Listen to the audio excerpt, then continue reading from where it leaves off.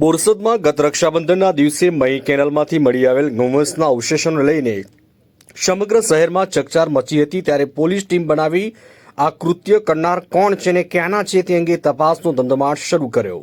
ત્યારે આ ગૌચર વેચનાર અને ખરીદનારને ઝડપી પાડવામાં પોલીસ સફળ થઈ હતી, જેની પૂછપરછ દરમિયાન ત્રણેય આરોપીના નામઠામ પૂછતા એક રમેશભાઈ ઉર્ફે રાધા ઉર્ફે લાલો સામંતભાઈ ઠાકોર, બીજા નંબરે ગોવિંદભાઈ ઉર્ફે મુકેશભાઈ અરવિંદભાઈ પટેલ અને ત્રણ મોહમ્મદ વાસીમ મંસૂરિયા મલેકને પોલીસે ઝડપી પાડી આગળની વધુ તપાસ હાથ ધરી છે।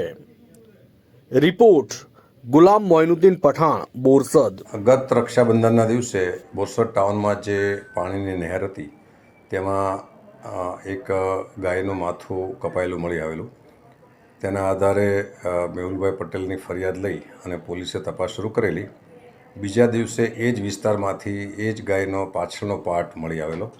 તે અનુસંધાને કોઈ લોકલ વ્યક્તિ અથવા બહારના વ્યક્તિ ઉપર આ પ્રકારનો પોલીસને શંકા હતી, જેથી બોરસદ ટાઉનના અધિકારી અને તેમની એક ટીમે સર્વેલન્સની મદદથી, ટેકનિકલ સર્વેલન્સની મદદથી બહુ ઝીણવટભરી તપાસ કરેલી અને તેના આધારે હાલમાં અમારી પાસે 3 આરોપીઓ પકડાયા છે, જેમાં આરોપી ગોવિંદભાઈ છે, જેણે ગાય પોતે વેચવામાં મદદ કરેલી, અને રમેશભાઈ ઉર્ફે રાધા, જેણે ગાય ખરીદી અને એક દલાલ મારફતે ગાય વેચી હતી।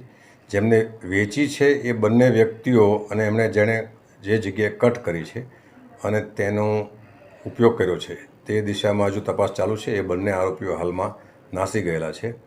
પોલીસે હાલમાં કુલ 5 આરોપીઓ સમગ્ર બનાવમાં ડિટેક્ટ કર્યા છે। આ સિવાય બી જો કોઈનો રોલ હશે તો તેમને આ ગુનામાં અટક કરવામાં આવશે। સાહેબ, કોઈ ધાર્મિક લાગણી દુભાવવા માટે કૃત્ય કર્યું હોય એવું? હાલમાં જે પકડાયેલા છે એ બંને આરોપીઓ પૈકી જેમણે ગાય વેચી છે અને વેચાવી છે દલાલી, તે લોકોને એટલી તો ખબર હતી કે આ ગાયનો ઉપયોગ કોઈ જગ્યાએ એને કટ કરી અને જેમ ખાવાના ઉપયોગમાં કરવાના છે, જેથી જે 2 નાસી ગયેલા આરોપીઓ છે તેમણે જ આની કોઈપણ જગ્યાએ ખાવાના ઉપયોગમાં લીધેલી છે એવી પકડાયેલા આરોપીની માહિતી છે। અને બીજો કોઈ ઉપયોગ કરવાનો નહોતો અને કોઈની લાગણી દુભાવવા માટે કરેલું એવું જણાયું નથી, પરંતુ જે પ્રકારે ગાયનું કટિંગ થયું છે તેમાં ગાય કટિંગ કરનારા એટલા એક્સપર્ટ જણાતા નથી એવું ત્યારે પણ અમને વેટરનરી ડૉક્ટરના ઓપિનિયન ઉપરથી જાણવા મળેલું। સાહેબ, આજે જે ગુનાનો ભેદ ઉકેલાયો છે તેની પાછળ સૌથી મહત્ત્વની કડી શું હોઈ શકે?